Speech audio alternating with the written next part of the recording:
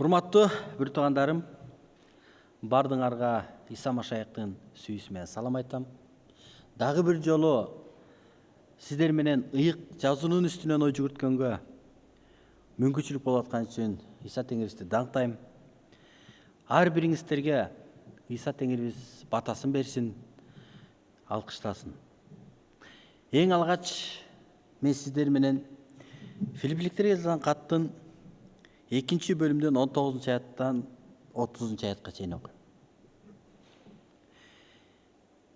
2 bölüm 19. ayattan 30. ayatка чейин.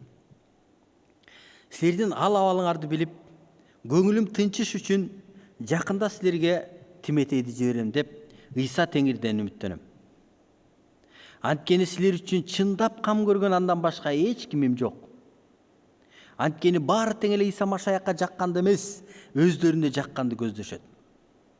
Анын ишенимдүү экенин билесиңер. Анткени жакшы кабар таратуу ишинде ал мага уулу атасына кызмат кылгандай кызмат кылды. Менин эмне болоорум белгилүү болоор замат аны силерге жөнөтөм деген үмүтүм бар. Жакында өзүм да барып калам деп Теңирге бекем ишенем. Мени менен бирге иштеген, бирге күрөшкөн, муктаж болуп турганымда жардамчы болгон, өзүңөр жиберген бир тууганыбыз Эпафродитти силерге кайра жиберүүнү зарыл деп таптым. Анткени ал баарыңарды абдан сагынды. Өзүнүн ооруп калганы тууралуу силердин да кабардар болгонуңарга аябай тынчсызданды. Чынында эле ал катуу ооруп өлүм алдында жаткан эле. Бирок Кудай ага ырайым кылды. Ага гана эмес, кайгыма кайгы кошулбаш үчүн мага да ырайым кылды. Аны кайра көрүп кубанышыңар үчүн, өзүм да бир аз кубанып калышым үчүн аны силерге жиберүүгө шаштым. Аны Теңирдин урматына кубаныч менен кабыл алгыла, мындай адамдарды сыйлагыла. Силерди жоктотпой, мага кызмат кылуу үчүн ал өз өмүрүн тобокелге салды. Машаяктын иши үчүн өлүмгө да баш байлады. Элчи Павыл эми ошол Филипп жыйындагы ишенгендерге Тимотей жөнүндө, Эпафродит жөнүндө жана өзү жөнүндө айта баштады. Анткени адамдарга үлгүлүү кызматчылардын үлгүсү керек. Ошол жактан карагалачы. Элчи Павыл, эми мен силер жыйын, Филипп жыйыны, мен силер үчүн тынчсызданып атам. Мен жакында ошол силердин ал абалыңарды билиш үчүн, ошол көңүлүм тынчыш үчүн жакында мен силерге Тимотейди жиберем. Элчи Павыл өзү түрмөдө отурат дагы, бирок жыйын үчүн, ишенгендер үчүн ал сарсанаа болуп атат. Анын жүрөгү аталык жүрөгкө толгон, адамдар үчүн кам көргөн, адамдар үчүн сарсанаа болгон, керек болсо адамдар үчүн ал өмүрүн берип койгонго даяр кызматчы эле. Эми Тимотейди ал Филиппке жибергиси келип атат. Анын максаты ошол Тимотей ал жакка барып, ошол Филипп жыйын жөнүндө, абалы жөнүндө билип келиш керек эле. Эгерде Павыл өзү барайын десе, жакшы болмок. Бирок анын барганга шарты жок. Анткени ал түрмөдө отурат. Ал айтып атат, эмне себептен мен силерге Тимотейди жиберем? Анткени Тимотей силер үчүн кам көргөн адам. Ал Тимотей ушунчалык башкалар үчүн кам көргөн кызматчы. Мен ошондуктан Тимотейди жиберип атам. Анткени баары тең эле Иса Машаякка жакканды көздөбөйт. Баары эле Иса Машаякка жакканды ойлобойт. Көбүнчө алар өздөрүнө жакканды көздөшөт. Элчи Павыл Филипп жыйын айтып атат. Эгерде кимде ким чынында Иса Машаяктыкындай ой жүгүртүп кызмат кылып аткан болсо, анда ал өзүн ойлобойт, ал башкаларды ойлойт. Эгерде ата эртеден кечке жумушта иштеп, кечинде келсе, ага алдына тамак алып келсе, бирок ошол тамакты жанындагы баласы сураса, анда атасы эч кыйналбастан, баласы менен тамак талашпастан, ошол тамакты баласынын курсагы тойсо экен деп туруп, баласына кубаныч менен жылдырып берет. Анткени ал ата. Эгерде чынында эле биз чын эле Иса үчүн Исадай ой жүгүртүп жашасак, анда биз башкалар үчүн кам көрүү менен кызмат кылабыз. Элчи Павыл болсо, мен силердин абалыңарды билгим келип атат. Ошондуктан мен Тимотейди жиберип атам. Тимотейди жиберип атканымдын себеби ал ушунчалык башкалар үчүн кам көргөн адам. Ал эми көптөр бар, алар өздөрү үчүн эле кам көрөт. Алар өздөрүн эле ойлойт. Бутандар биз чын деле акыркы учурларда жашап жатабыз. 2 Тимотейге жазылган каттын 3 бөлүмүнүн 1 аятында баштап мындай деген сөздөр жазылат. Акыркы убакта оор күндөрүн келерин бил. Анткени адамдар өзүн өзү сүйүүчү, акчаны сүйүүчү, бой көтөргөн, менменсинген, зар түйүлдүү, ата-энесине баш ийбес, жакшылыкты билбеген, кудайсыз, ташпор, элдешпес, ушакчы, өзүн өзүн кармай албаган, кара мүртөс, жакшы нерсени жек көргөн деп жазылып турат. Карагылачы, ушул жактагы жазууда акыркы учурларда адамдар бирөөнү ойлогон адамдар эмес, өзүн ойлогон адамдар болот дейт. Ал эми Элчи Павыл болсо Тимотей жөнүндө айтып атат. Карагылачы, ушундай менин жанымда Тимотей деген адам, ал башкалар үчүн кам көргөн адам. Мына чыныгы кызматчы, мына чыныгы Исадан үлгү алган, Исаныкында ой жүгүрткөн кызматчы. Анткени көптөгөн адамдар бар. Көптөгөн Кудайга ишенем деген кызматчылар бар. Бирок алар баары тең эле Иса Машаякка жакканды эмес, өздөрүнө жакканды көздөшөт. Акыркы учурларда адамдар бири-бири менен мамиле кылганда, сөзсүз түрдө мамиле кылып жатканда, ушул мамиледен эмне пайда көрөм деген түшүнүк менен мамиле кылышат. Бутандар жок, биз андай кылбашыбыз керек. Биз бирөөлөр менен катышып атканда, биз бирөөлөр менен сүйлөшүп мамиле түзүп атканда, андан бир нерсе алам деген максат менен гана эмес. Ага жакшы болсо экен, ага пайда алып келсем экен, ал Кудай жөнүндө билип калса экен, ал Кудай жөнүндө угуп калса экен деген ошондой түшүнүк менен биз мамиле түзсөк, анда биз туура кылган болобуз. Элчи Павыл Тимотей жөнүндө айтат. Ал ишенимдүү экенин билесиңер. Анткени жакшы кабар таратуу ишинде ал мага уулу атасына кызмат кылгандай кызмат кылды дейт. Көрсө, ошол Тимотей жаш кезинен баштап Павылды ээрчип жүрүп, Павылдын аркасында жүргөндө ушунчалык берилүү менен Павылга жардам берген экен. Павыл болсо аны уулу атасына кызмат кылгандай кызмат кылды деген сөз менен ал түшүндүрүп жатат. Мен ушул сөздү бир мисал менен түшүндүрөйүн. Мен үй салып жаттым. Менин балдарым бар. Ошол үйдү салып жатканда, ошондо менин балдарым кичинекей эле. Мен болсо үйдүн эң үстүңкү сисмапоюсун куюп аткан болчумун. Ошондо мен балдарыма ошол раствор деп айтабыз, ошону чылап берип, жазап берип, анан балдарыма айттым, силер ушул чакага саласыңар. Чакага салгандан кийин бир узун таякты алдым дагы, анан ошол чаканын кармагычына асып бердим дагы, анан экөөнү эки жагынан көтөртүп, силер болсо мага алып келесиңер дедим. Алар болсо ошентип эки жагынан эки балам ошентип көтөрүп келип берип жатышты. Мен болсо тепкичти койдум дагы, анан дубалдын үстүнө ошол тепкич менен чыгып барып, анан ошол чаканы куюп жаттым. Бирок ошол балдарым тепкичте мен чыгып турганда, ошол чаканы менин колума жеткизиш керек болчу. Ошондо алар болгон күчү менен алар тыымышып ат, эптеп менин колума илсе эле мен андан ары көтөрүп кетмекмин. Бирок мен аларды ушунчалык аягандыктан, мен болушунча белимди ылдый ийип, колумду созуп, алардын бели ооруп калбаса экен деп, болгон күчүмдү жумшап, мен алардан тартып алып жаттым. Качан биз күн ысып, отуруп калганда, бир балам, суу алып келип берейинби, суу ичесизби деп, ал чуркап барып, бөтөлкөгө суу алып келип, ал мага кызмат кылып атканын көргөндө, атасы баласына, уулу атасына кызмат кылып аткан эмне экендигин кайсы бир деңгээлде мен түшүнө алдым.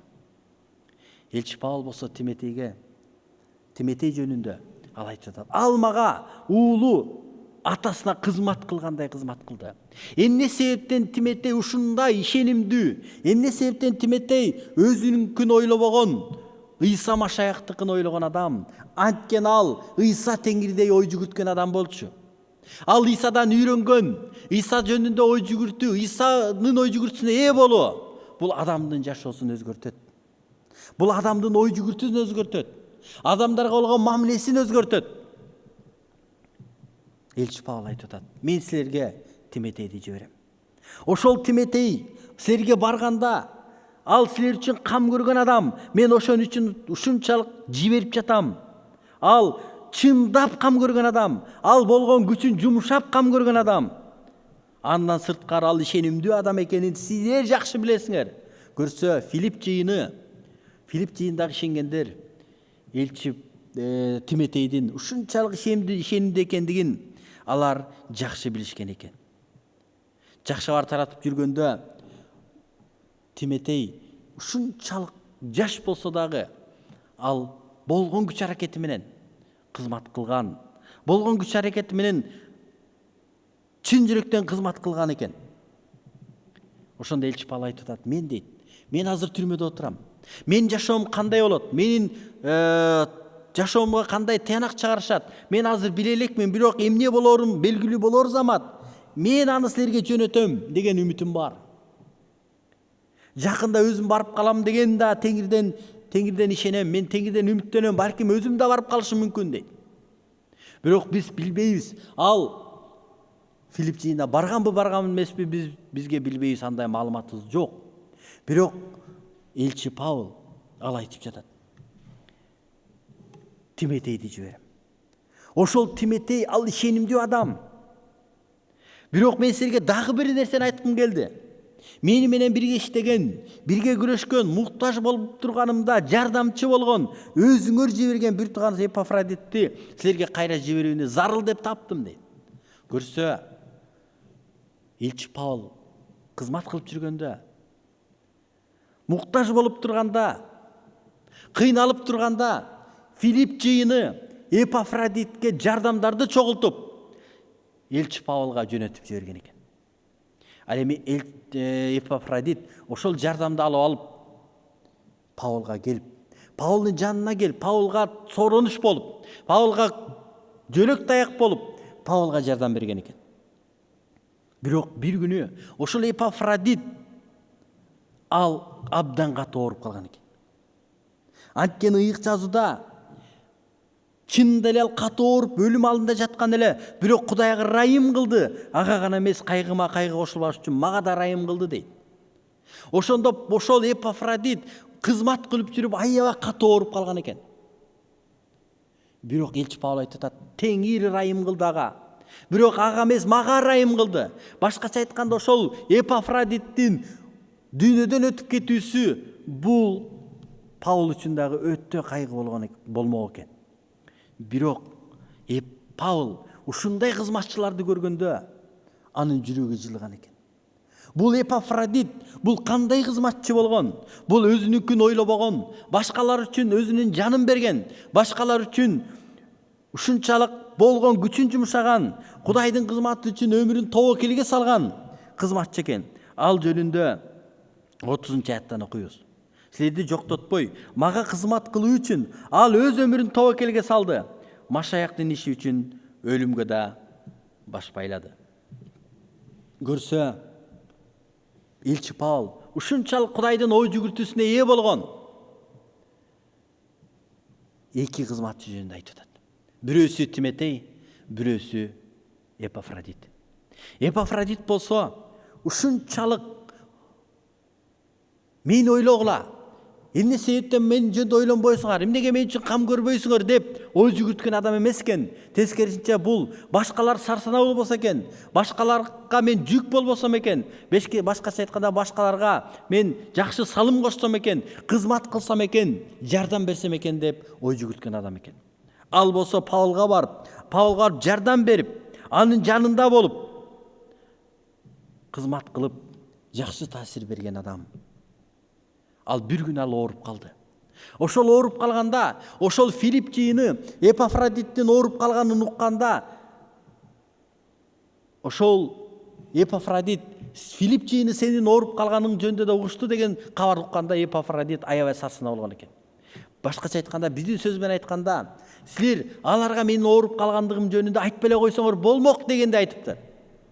Эгерде биз бүгүнкү күндө ооруп калган болсок, биз больницага ооруканага жатып калган болсок, бирок адамдар бизди сурабай койсо, адамдар бизге келбей койсо, анда биздин ойлорубузга ар кандай ойлор келет. Эмне себептен мага адамдар келбейт? Эмне себептен адамдар мени сурабайт деп балким биздин жүрөгүбүздө кайсы бир коркунуч, кайсы бир таарыныч, кайсы бир ушунчалык адамдарга болгон таарыныч пайда болушу мүмкүн. Бирок Эпафродит андай болбоптур.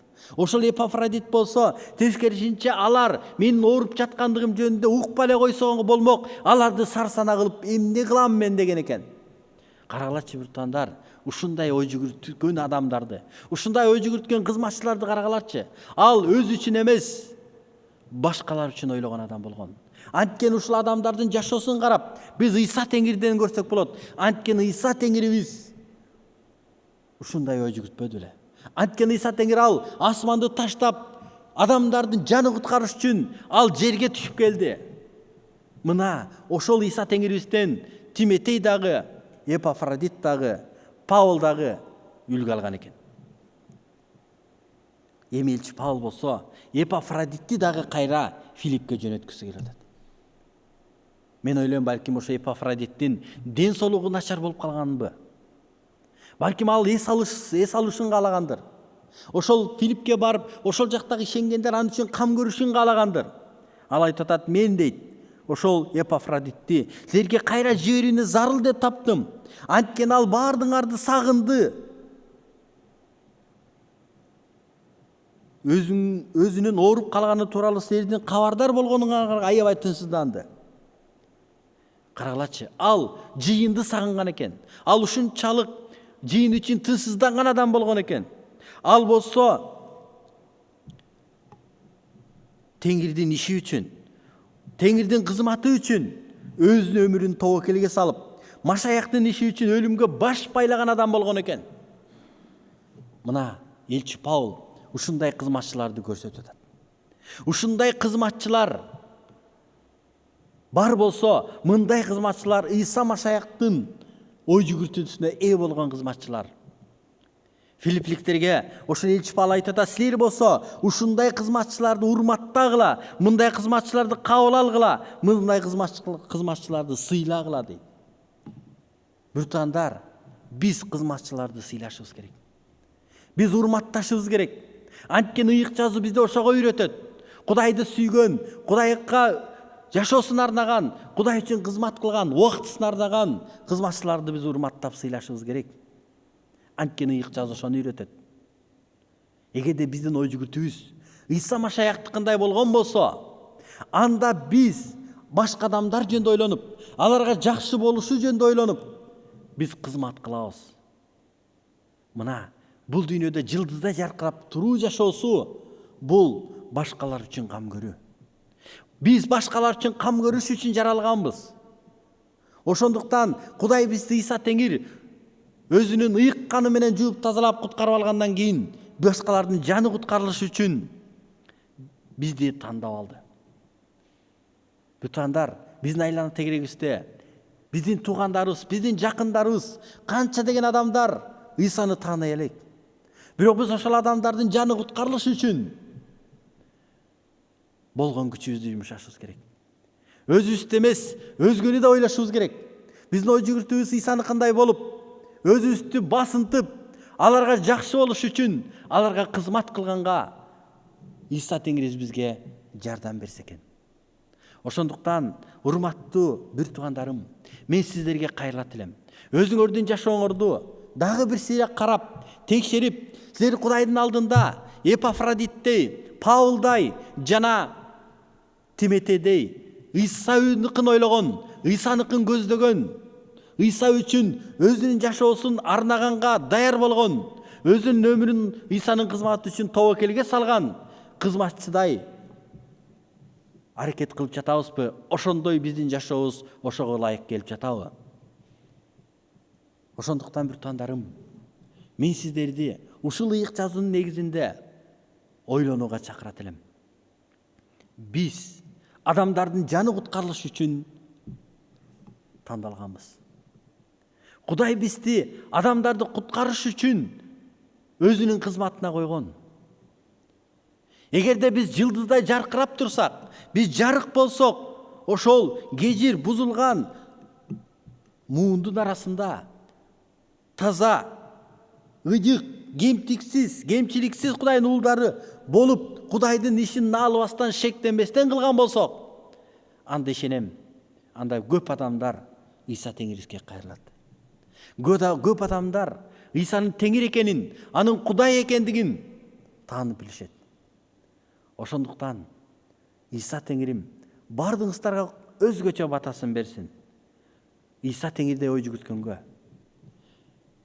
Исаныкын көздөгөнгө, ишенимди болгонго, Исанын иши үчүн жашообузду ардаганга ар бирибизге Иса Теңирис мол батасын берсин. Амин.